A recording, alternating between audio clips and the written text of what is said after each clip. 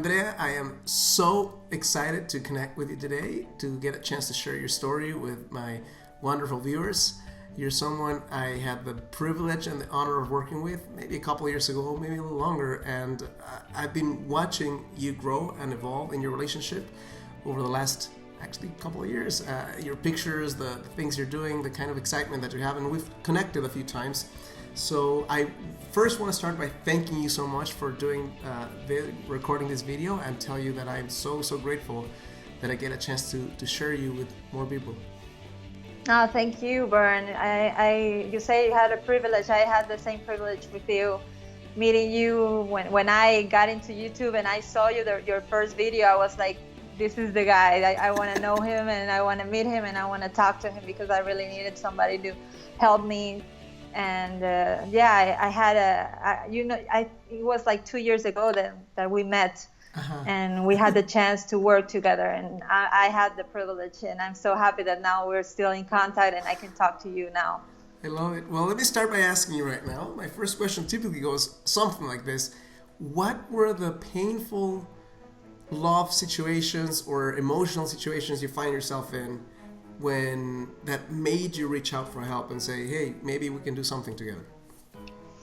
I felt like I was always going into the same path, that there was no change, that I always would go in the same type of relationship. I would always be doing the same thing, waiting and wasting my time. And that was very painful for me, because I felt like I was wasting my years with the person that wasn't really fit for me, and I wasn't for him either. And I wasn't sure what was going on. And at first, usually you feel like that person is to blame, and then you say, no, I have to see what's going on with me, because you cannot change anybody else. You can only change yourself, right? So a question for you, because when you first, what made you say yes? Because I know that when I first was talking to you about the kind of love that's possible, the things you can get, I think you had some belief that I was being honest. Obviously, you wouldn't have done this, but I think deep down in your heart, you were still thinking in your head, I don't know that that's true, because I haven't experienced it at that level. So what made you say, yes, let's do this, instead of saying, let's not do it right now? With you mean? Yeah. Because I think you had the belief. This is my recollection of the first conversation.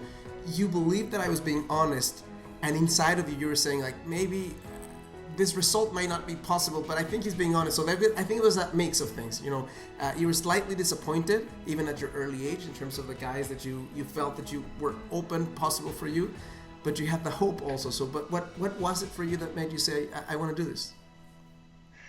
Because first of all, I never lost hope. I always knew that there was something First, I never stopped believing in love. I always said, even in my worst moments, I would say, no, but this love does exist. There's something good here out there. But I just didn't know what happened, why I couldn't find it, especially for myself. Because I think that then I felt the pain, that I said it was me, inside of me, that there's something wrong, that I cannot project it. Because I knew that I had good things in me that I could give, but I couldn't project it. And I couldn't give to myself what I deserved. So when I saw you and I saw your videos, I started watching all of them. And I don't know, I saw something in you, that you were so kind, and so you look so very honest in everything you said, and it was so perfect, every word that I heard from you, that it made me like find a light in a way. And I said, no, I gotta talk to this guy, because there was, in YouTube you find lots of videos and you say, oh, let's watch this one and this one, but you were the guy that I said, that's the guy that I want to talk to. Awesome. Nobody else. I'm grateful. I'm so happy that you made that decision. Let me ask you this. What would you say were maybe a couple of the greatest insights or the greatest breakthroughs you experienced doing this work together that allowed you to create a different kind of relationship? Well, mostly it was the exercises that you gave us, the things that we had to do day to day, that made me open myself, see myself more beautiful, not only in the outside, but in the inside, because I felt like I lost that. I was feeling not very good looking, and I wasn't feeling good inside.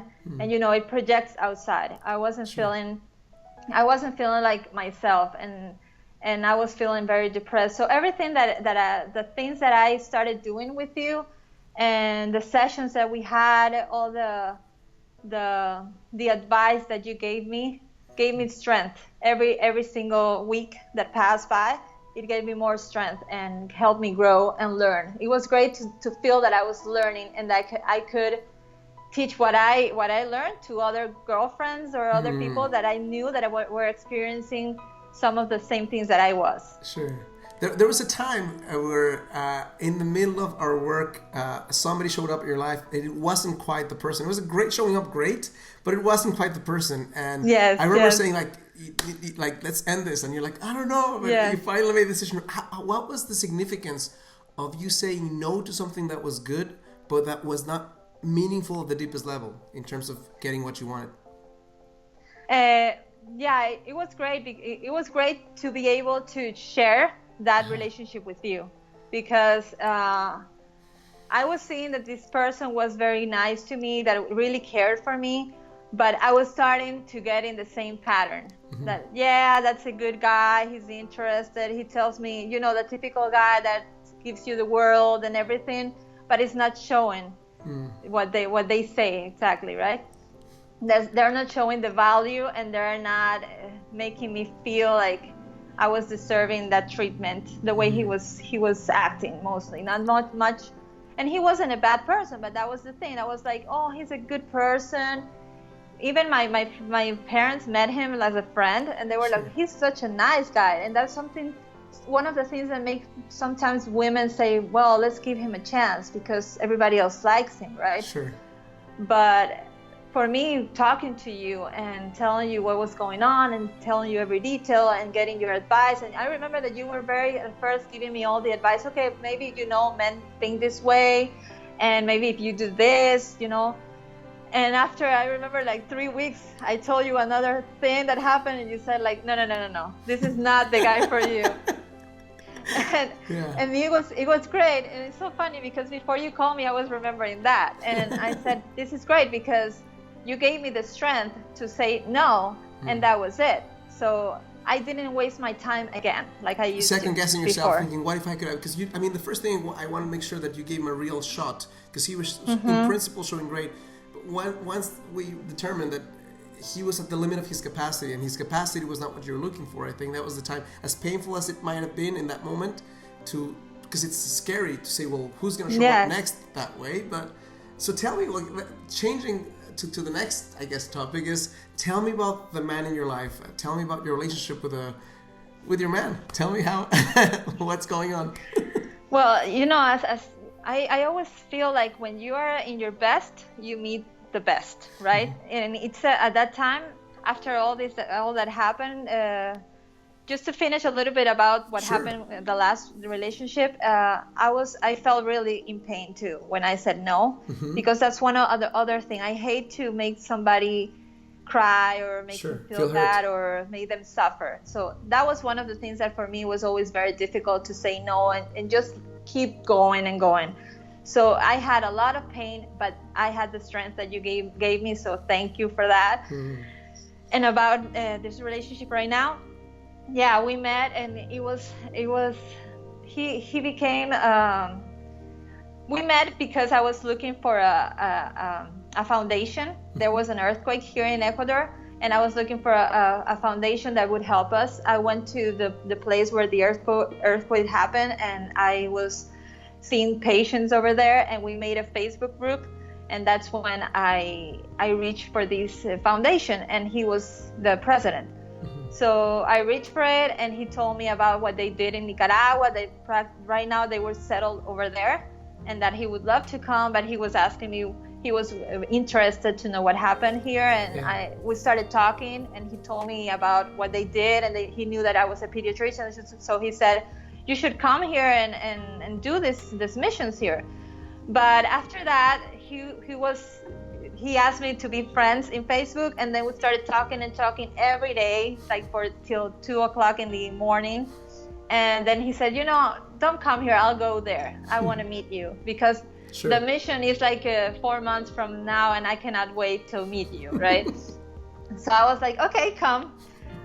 we had great conversations. Like we had so many things in common, and also we have different cultures. He's a Canadian and I'm an Ecuadorian, so he's German Canadian. So they have different views of everything. Even the affective, the part of he's not very affectionate in that way.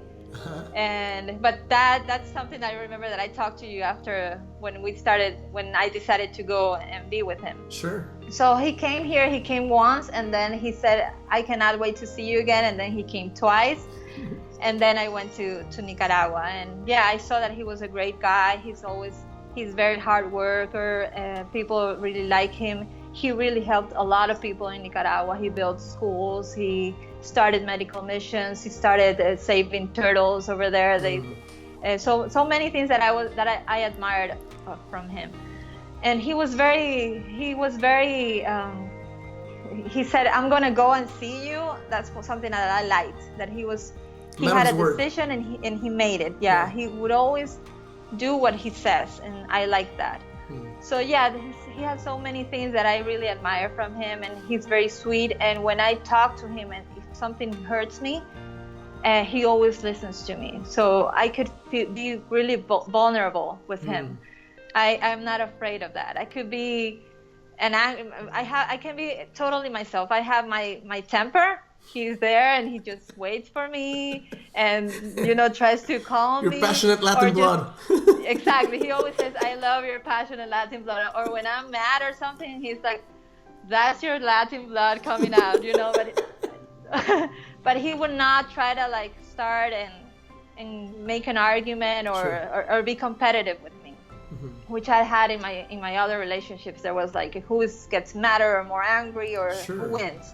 He would always listen to me, and when I've had pain, he would be there and would listen to me, and I like that. Even if he's not an affectionate person, he has learned to be because of me. Because I said I need a little bit more, sugar in my coffee.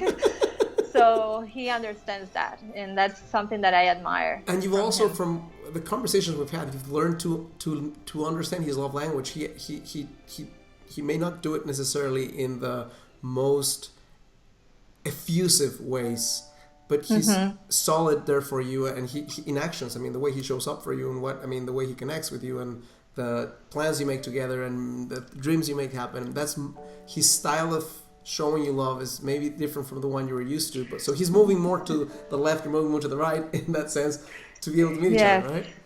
Yeah, and I learned so much from that relationship because it's not only him trying to understand me, it's me trying to understand him too, and accept his way, how he is, how he demonstrates his love.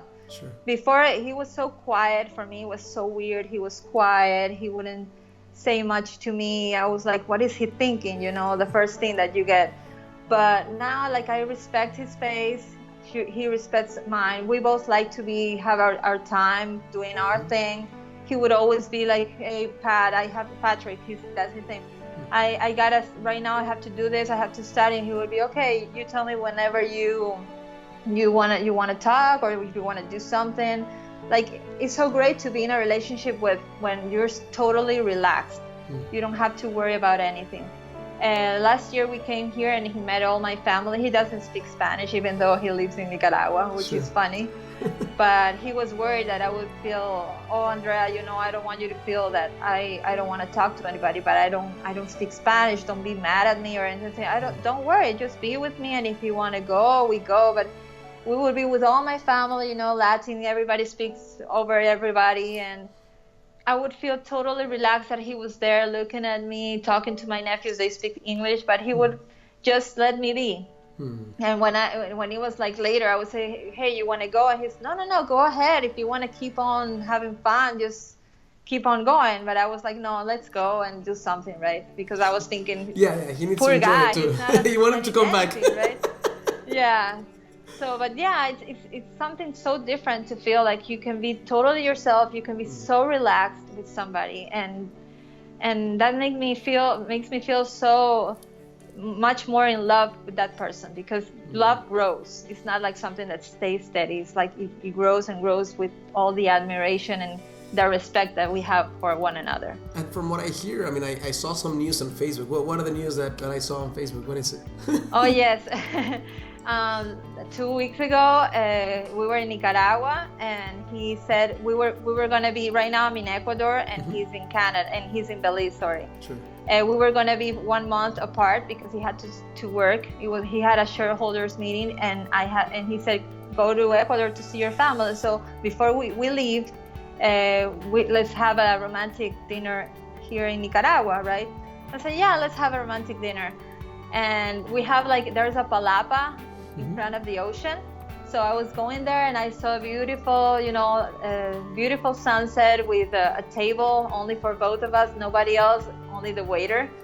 And we were there, and we started talking and everything. And then I was starting to tease him about something, and he said, okay, now let's be serious and just think. I was teasing him about something he did, right? So, okay, now think that I'm like the most amazing man in the world. And I was like, okay. And then he looked at me and he said, Andrea, I love you. You're the most wonderful woman I've ever met. And then he stood up, and then he went to one side and stay on one knee. And I looked at him and I was like, what? And then he looked at me, and it was like his eyes were so glowing, and said, Andrea, will you marry me? And I hugged him, and I just said, I love you. And then he said, well, is that yes? And I said, yes. And then he said, okay, I have something for you. And then he took out the ring. So yeah, a beautiful ring that he was waiting for that since last year. He was trying to do that. Yeah, so I put on the ring, and he told me that he asked for my hand to my father when we came here for Christmas. Yeah. My dad already knew that he was gonna propose. I love it. Yes. Respectful man. So let me ask you one last question. There's going to be women who are watching this right now who are in the same situation, or maybe more challenging than you were back then when we first connected. Maybe feeling disappointed, maybe feeling like you were still feeling like love existed. Some women don't feel like even that's a possibility, but there's some part of their life that hasn't diminished, in the sense that they still think that there's maybe hope for love. What would you say to someone who's listening to us right now saying, well, maybe this is bullshit, maybe it doesn't work. Can I really find the love of my life if I change a few things in my approach or in my insight or even the energy that I put out there? What would you say to that woman today? I'll say that you should never lose hope. It's something that every woman can find the love that they want. I felt totally, as you say, like there was nothing for me. I totally felt low, but there's always a light, and you can always find it. And you have to have faith all the time, and see that inside of you. You should never let anybody turn off the light that you have inside you, because every woman has something very, very special. So just reach. You always have to reach. There's always an answer. If you always search for something, you are gonna find it. Because every time that I had a thought, when I wanted something, I always would think about it and it would happen. And I did that when I went to YouTube. I was searching for something, and I found You Burn. So for every woman, it's a different journey. It doesn't have to be the same path, but it could be a different style of things, the way you do it, but you would always find something in your life. So never ever lose hope, because it's for everybody. There is a treasure for everybody. Well, I want to thank you so much for believing in yourself, for believing in me, and because you're sharing this story with me. I'm imagining the whole situation, and seeing from the moment you came from to what you're experiencing right now makes me so excited for all the hard work you've done, all the challenges you've gone through, because a relationship is hard work, as you know. Yes. But I'm so thankful to get a chance to share this with other women who might benefit from your story. And from the bottom of my heart, I really appreciate you, and I love you, my dear. Thank you so much for showing up the way you've done. I love you too, Bern. Thank you so much. Since the first time that I remember, the first moment I saw you, I cried, and now I feel so happy. So you changed my life in many ways. Thank you very much. And I'm sure you're going to help lots of other women. I hope this helps too. Thank you.